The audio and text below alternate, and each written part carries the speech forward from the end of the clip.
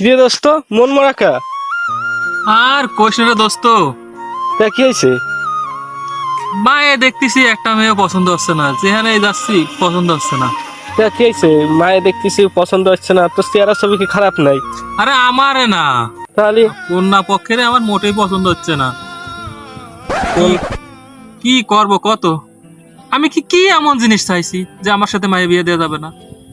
আমি কইছি যে আমারে মাত্র 12 লাখ টাকা দেবে, একটা টিভিএস হয়ে যায় অ্যাপাসি দিলেই হবে।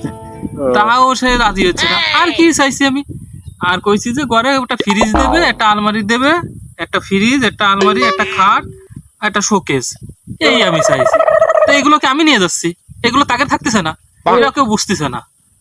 মিজাজটা খারাপ হচ্ছে দোস্ত, চিন্তা ভাবনা নিচ্ছি যে বিয়েই আর করবো না। কে তুই তো অল্প কিছু চাইছিস, ফ্রিজ টিভি আর কি বাকি বাকি আছে, অ্যাপাসি গাড়ি।